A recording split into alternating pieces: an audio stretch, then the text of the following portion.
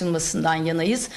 Umutların kırılmamasından, aksine güçlendirilmesinden yanayız. Çünkü diyoruz ki farklı fikirler süreci zayıflatmaz. Eleştiriler ve öneriler süreci zayıflatmaz. Aksine güçlendirir. Ama maksatlı saldırılar süreci zayıflatmaya dönüktür. Ve bunu yalnızca tespit etmiyoruz. Buna karşı da mücadele ediyoruz. Yine diyoruz ki önemli olan artık ortak bir yolun bulunması.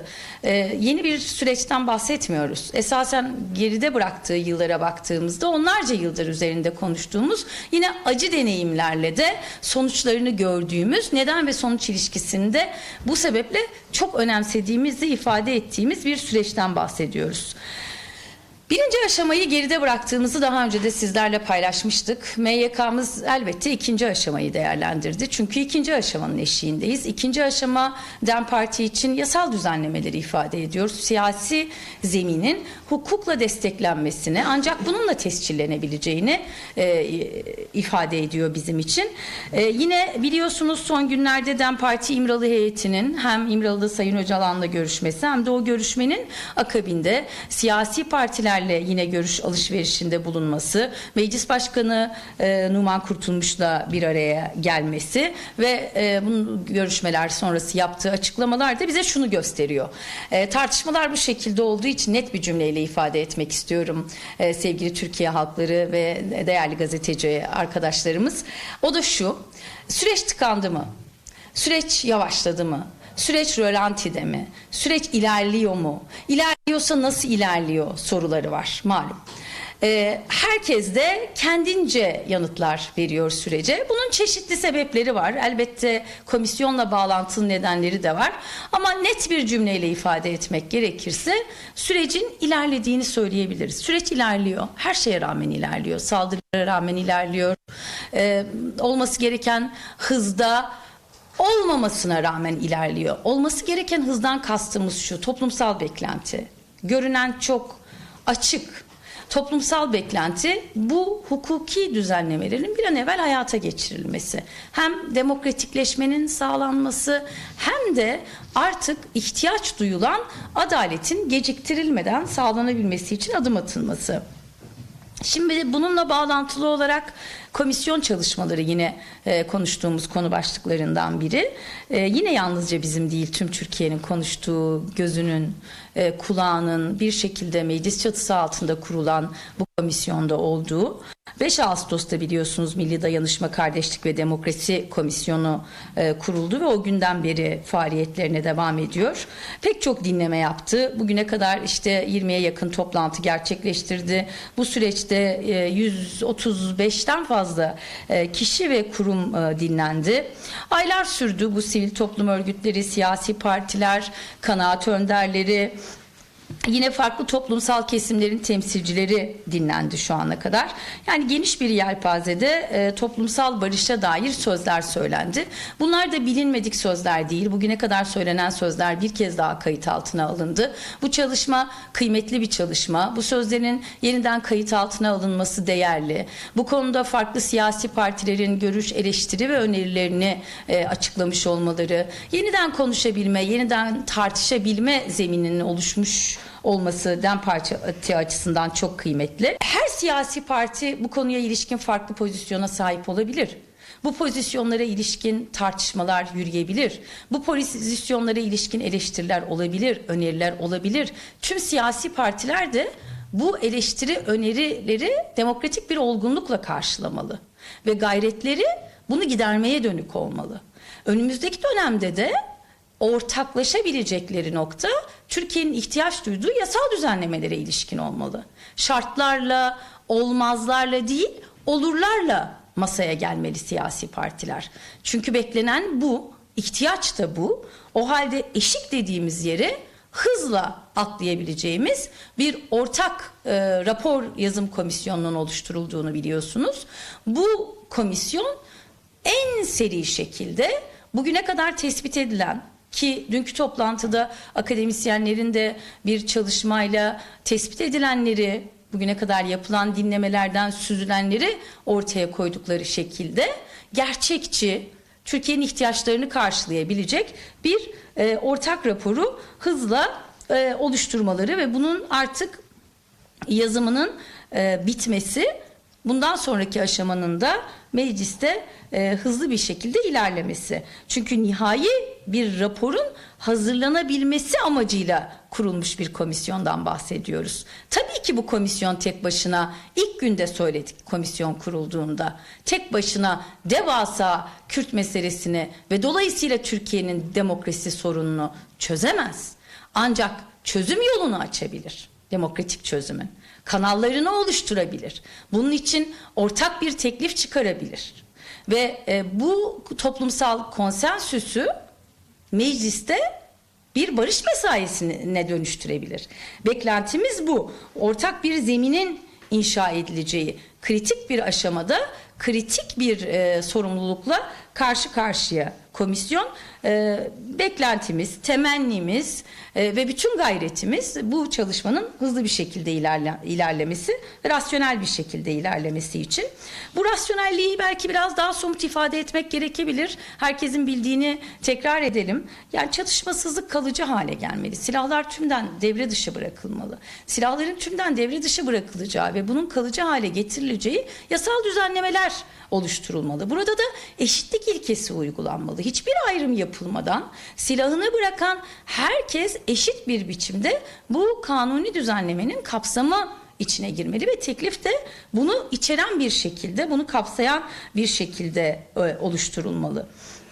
Yine farklılıkların ortaklaştığı bir rapordan bahsettik. Görüyorsunuz tabii, siyasi partilerin raporlarından da görmüşsünüzdür.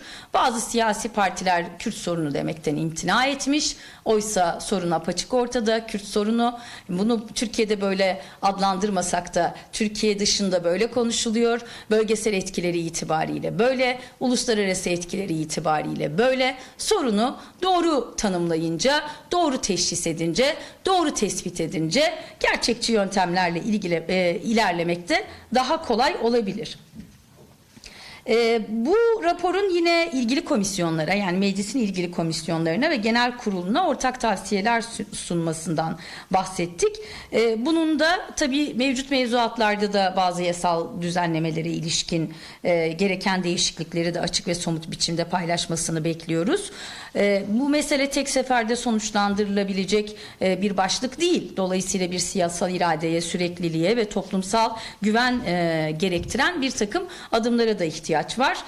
Sorumluluk ortak bir sorumluluk, kolektif bir sorumluluk. Yalnızca DEM Parti'nin sorumluluğu değil, bütün siyasi partilerin sorumluluğu. Hiçbir siyasi parti kendi siyasi çıkarlarına, ajandasına ya da kendi siyasi gelecek hesaplarına göre yaklaşmamalı. Hep söyleye geldik, yineleyelim. Ciddiyetle yaklaşmalı, samimiyetle yaklaşmalı, sahicilikle yaklaşmalı, rasyonel bir şekilde yaklaşmalı.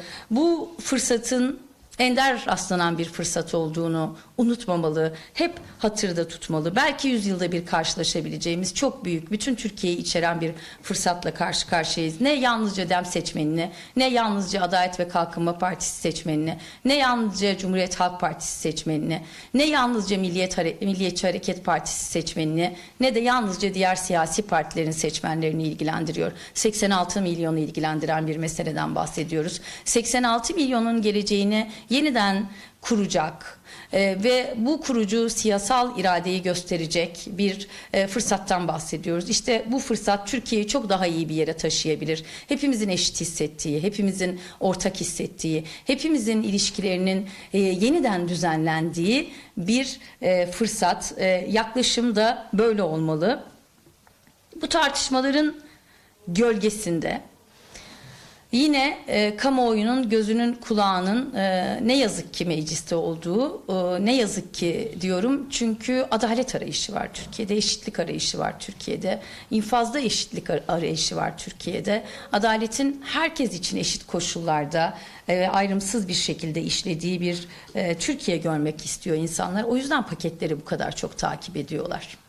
O yüzden yargı paketleriyle yatıp kalkıyor insanlar. Acaba ne olacak? Acaba benim yakınımla ilgili nasıl bir düzenleme gelecek? Acaba benim evime nasıl sirayet edecek? Acaba benim mahalleme nasıl uğrayacak? Acaba benim ilime, ilçeme bu paketin etkisi ne olacak? Tüm Türkiye bir yandan bütçe görüşmelerini de ekmeğini düşünürken öte yandan işte bu yargı paketleriyle Türkiye'de adaletle ilgili yeni düzenlemelerin nasıl olacağını takip ediyor. Demokratik ülkelerde gündemler böyle olmuyor. Demokratik ülkelerde insanlar doğrudan hayatlarına etki edecek bu konu başlıklarına ilişkin meseleleri çoktan çözmüş oluyorlar. Oysa biz neyi takip ediyoruz? Yargı paketlerine sığdırılamayacak kadar çok önemli konu başlıklarını, hayati meseleleri yargı paketleri üzerinden takip ediyoruz. 11. yargı paketi de böyle takip edildi ve mevcut sorunları çözmek için getirilmesi gereken ya da öyle düzenlenmesi gereken paketler ne yazık ki bu sorunlara deva olabilecek şekilde düzenlenmiyor, çare olmuyor, yeni sorun alanları oluşturuyor, yeni eşitsizlikler yaratıyor, yeni adaletsizlik biçimleri üretmeye devam ediyor. 11. yargı paketi de bu açıdan baktığımızda buna hakikaten kötü bir örnek teşkil etti. Covid düzenlemesi adeta bir hukuk krizi haline geldi. Yine eşitsizlik dolayısıyla adalet vaadi yerine gelmedi. Toplumun adalet duygusu bir kez daha incindi. Siyasi tutsakları kapsamadı. Onlar görmezden gelindi. Hiçbir yargı paketi adalet ve eşitlik sunmadı bugüne kadar Türkiye'de. Bundan sonra sunmasını en azından temenni ediyoruz. 11. yargı paketiyle ilgili çokça tartışma oldu ama tüm tartışmalara rağmen bu paket geçti. Bundan sonra önümüzdeki günlerde yapılacak hukuki ve yasal düzenlemelerle toplamında bahsettiğimiz bu eşitsizliklerin, adaletsizliklerin ve antidemokratik uygulamaların giderilmesini bekliyoruz. Bunun için mücadele edeceğiz. Yine bir başka konu sevgili arkadaşlar, değerli Türkiye halkları, Suriye. Gözümüzün, kulağımızın döndüğü, acaba neler oluyor dediğimiz bir yerde Suriye. 10 Mart mutabakatı ile ilgili biliyorsunuz çeşitli tartışmalar var, çeşitli açıklamalar görüyoruz. Biz de yakından ve dikkatle takip ediyoruz. Yalnızca takip etmiyoruz, bu konuda da mücadele ediyoruz. Çeşitli diplomatik görüşmeler yürütüyoruz. Niye? Çünkü biliyoruz ki demokratik bir Suriye aynı zamanda Orta Doğu'daki demokrasiye katkı sağlayacak, Türkiye'deki demokrasiye katkı sağlayacak. Tıpkı Türkiye'deki demokratikleşmenin bölgesel etkilerinin olabileceği gibi orada yaşanan gelişmeler de burayı etkiliyor ve etkileyecek. En başından beri bu konudaki tutarlı tutumumuzun yine altını çizmek isterim. Biz başta 10 Mart mutabakatı olmak üzere diğer tüm sorunlu alanlarla ilgili, yani ihtilaflı görünen konularla ilgili ve ihtilaf teşkil eden konularla ilgili diyalog ve müzakere yönteminin esas alınması gerektiğini düşünüyoruz. Demokratik bir Suriye için yapılması gereken bu. Tıpkı Türkiye'de olması gereken gibi. Yani SDG ve Şam arasında diyalog, aynı zamanda Türkiye ile diyalog ve temas. Sorunları ancak konuşarak çözebiliriz. Ancak tehdit olarak ifade edilen konular ve konu başlıkları diyalog yoluyla çözülebilir. Tehdit değil, bir fırsata dönüştürülebilir diyalog kurarak. Tehdit olarak görünen, esasında tehdit teşkil etmeyen konular. Başta SDG ile görüşmek, diyalog kurmak, temas kurmak ve sorunları diyalog yoluyla çözmek gibi. Yine Türkiye'den DEM Parti olarak beklentimiz Suriye'de yapıcı bir rol oynaması. Sayın Öcalan'ın beklentisi de bu yönde. Bunu defalarca sizinle daha önce burada da ve siz değerli Türkiye halkları sizlerle de konuştuk, ifade ettik. Aleviler, Dürziler, Kürtler orada diken üstünde yaşamamalı. Özgürce yaşayabilmeli. Katılımcı bir modelle kendilerini güvende hissetmeliler. Bundan 3 gün önce bir çatışmanın yarattığı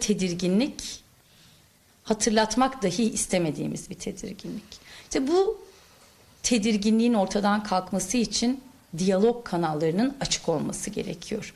Diyalog kanalları açıldıkça Suriye'de demokratik çözümün ihtimali değil, çözümün kendisi güçlenecektir. Yalnızca ihtimal olarak kalmayacaktır. Suriye'nin çok kültürlü, çok kimlikli yapısı binlerce yıldan, yüzlerce yıldan süzülüp gelen bir yapı. Onu yok sayan ve katı merkeziyetçiliği dayatan modeller yerine herkesin kendisini ifade edebileceği ve özgür hissedeceği ve ait hissedeceği, yani Suriye'nin özüne, yapısına, tarihsel dokusuna, sosyolojik dokusuna uygun bir çözüm bulunmalı. Suriye'de müzakere ve demokratik entegrasyon sürecinin uzaması ancak ve ancak istikrarsızlık isteyen güçlerin işine yarar.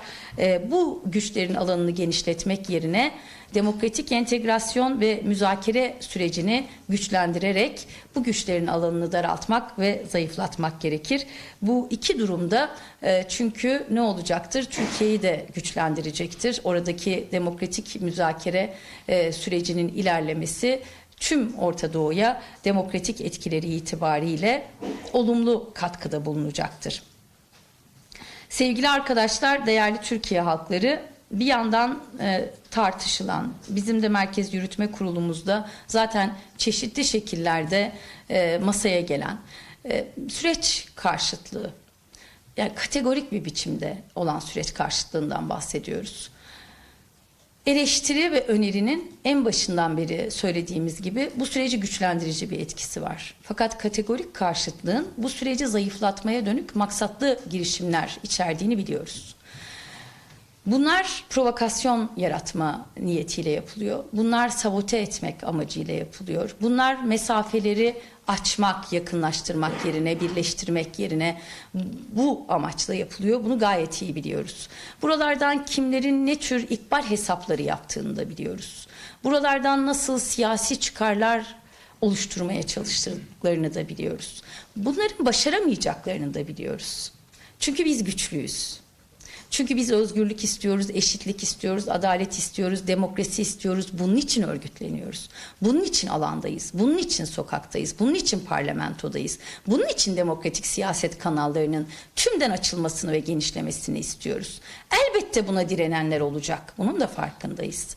Ancak bu yalnızca DEM Parti'nin mücadelesiyle değil, hepimizin ortak mücadelesiyle başarılabilecek bir şey. O yüzden bizim herkese, tüm Türkiye kamuoyuna, tüm siyasi partilere çağrımız, gelin bu sürece hep birlikte omuzlayalım. Artık bu sürece karşı kategorik bir biçimde pozisyon alanlara hep birlikte yanıt verelim. Eğer birine dönük ırkçılık yapılıyorsa bu bir gün hepimize dönebilir. Bunu herhangi bir küfür ya da tezahürat deyip geçiştiremeyiz. Evet, konumuz tribünlerde yankılanan sloganlar. Konumuz daha önce nasıl Beyaz Toros tesadüfen seçilmediyse bu defa Leyla Zana ismi de tesadüfen seçilmedi sevgili arkadaşlar, değerli Türkiye halkları. Tribünlerde yaşananlara kötü tezahürat, çirkin söz, kötü söz deyip geçiştiremeyiz. Böyle yaklaşamayız. Bu ırkçılık, adını koymak gerekir. Bu cinsiyetçilik, adını koymak gerekir. Leyla Zana Kürt olduğu için hedef alındı. Bunu da açıkça söylemek gerekir. Leyla Zana Kürtlerde temsil ettiği değerler dolayısıyla hedef alındı. Bunu yalnızca onun şahsına dönük bir hedef alma olarak değerlendirmemek gerekir. Daha ötesinde söylenmek istenenleri görmek ve buna göre pozisyon almak gerekir. Hamasetten, kandan, çatışmadan beslenenler kesinlikle kaybedecekler. Ancak gelin onlara karşı birlikte mücadele edelim. Gelin sesimizi birlikte yükseltelim. Kime yapıldığına bakmadan ırkçılığın karşısında duralım.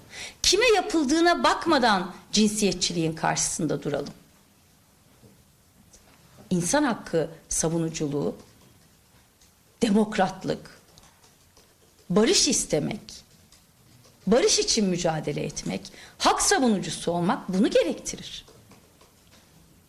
Kürde yapıldıysa susalım, Ermeniye yapıldıysa susalım, eleştirel gazetecilik yapılan birine yapıldıysa susalım, görmeyelim demek, bu çemberin dışındaymış gibi düşünenleri kurtarmadı, kurtarmayacak.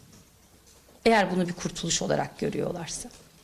O yüzden gelin Kürtlere ve kadınlara yönelik bu ırkçı, cinsiyetçi saldırıyı, bu nefret söylemini bir tesadüf olarak değerlendirmek ya da işte TFF'nin Futbol Disiplin Kurulu'nun ifade ettiği gibi çirkin ve kötü tezahürat demek yerine adını koyarak karşısında pozisyon alalım.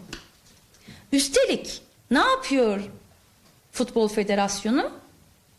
Beklenen bu değil. Beklenen sporun bir ülkedeki barış arayışına, bir ülkedeki demokrasi arayışına katkı sunması. Karşısında durması değil. Teşvik gibi bir ceza var ortada. Caydırıcılık şöyle dursun. Adeta teşvik edercesine bir ceza veriliyor. Sanki mükafatlandırılmak isteniyor bu insanlar ya da bunu bile isteye yapanlar ve sürdürmek konusunda kararlılık ifade edenler daha sonra çeşitli şekillerde. Hiçbir siyasi parti, hiçbir siyaset bununla yan yana durmamalı ve bu sesleri çoğaltmamalı. Bu seslerin bugüne kadar çoğalmasının ya da bugüne kadar gelebilmesinin bir nedeni işte Türkiye'nin yıllardır cezasızlık kültürü nedeniyle yaşadıkları, bugün bu şekilde tribünlerden yayılan bu zehirli dille erkek egemen, ırkçı, faşizan bir zihniyetin dışa vurumuyla karşımıza çıkıyor. O yüzden biz bu konuda suç duyurusunda bulunduk. DEM Parti Hukuk Komisyonumuz suç duyurusunda bulundu. Ancak Türkiye'nin acilen ayrımcılıkla mücadele mevzuatına ihtiyaç duyduğunu son yaşadıklarımızla birlikte bir kez daha hatırlatmak isteriz. Ayrımcılık ve nefret söylemi ceza hukuku içinde ayrı bir bölüm halinde düzenlenmeli. Bu ifade özgürlüğü değil. Çirkin söz, kötü tezahürat değil. Irkçılık, cinsiyetçilik, zehir saçan bir dil ve adını da böyle koymak, böyle ifade etmek gerekir. Aynı şekilde nasıl devam etti biliyorsunuz? İşte gazetecilik yaptığı, yalnızca gazetecilik yaptığı için aynı zihniyet Gözde Şeker'i de hedef aldı. Bu da bir ilk örnek değil. Tabii ki kadınların seçilmesi bir tesadüf değil. Bunun da gayet farkındayız. Buna karşı da hem mücadelemizi hem dayanışmamızı sürdüreceğiz. Şimdi önümüzdeki dönem planlamaları takdir edersiniz ki ağırlıklı olarak barış ve demokratik toplum süreciyle ilgili ekmek ve barış kampanyamız bir yandan çeşitli şekillerde devam edecek. Merkezi Örgütlenme Komisyonumuz ve diğer komisyonlarımız bu başlıklarla ilgili planlamalar netleştikçe sizlerle paylaşacaklar. Biz de paylaşacağız. Ancak yeni yılın ilk mitingine ilişkin ben buradan size bir bilgilendirmede bulunmak istiyorum. 4 Ocak'ta bir miting düzenleniyor Diyarbakır'da. İstasyon Meydanı'nda olacak bu miting. 4 Ocak mitinginde DEM Parti'de bulunacak pek çok kurum, pek çok siyasi partinin bulunacağı bir mitingden bahsediyoruz. Umut ve Özgürlük mitingi. Demokratik Kurumlar Platformu'nun düzenlediği bir miting pazar günü gerçekleşecek 4 Ocak'ta yeni yılın ilk mitingi. Bu mitingle ilgili çok çeşitli manipülasyonlar yapıldı. Çok farklı algılar yaratılmaya çalışıldı. Biliyorsunuz Barış ve Demokratik Toplum buluşmaları devam ediyor. Hem DEM Parti'nin organize ettiği buluşmalar var. Hem farklı kurumların organize ettiği, platformların organize ettiği buluşmalar var. Çünkü barışın toplumsallaşması bizim için çok önemli bir mesele, hayati bir mesele. Eğer bir olmazsa olmazdan bahsedeceksek işte bizim için en olmazsa olmaz nokta barışın toplumsallaşması. Bu miting de bu kapsamda düzenlenen bir miting. Eşitlik için, özgürlük için, adalet için, barışın toplumsallaşması için bir araya gelecek Diyarbakırlılar ve oradan tekrar bu konulara dair taleplerini tüm Türkiye halkına duyuracaklar, tüm Türkiye halklarına duyuracaklar ve bu mitinge de ayrıca yalnızca DEM Partililer ya da DEM Parti seçmenleri değil, barış, özgürlük, eşitlik, adalet mücadelesine katkı sunmak isteyen herkesi davetli olduğunu da hatırlatmak isteriz.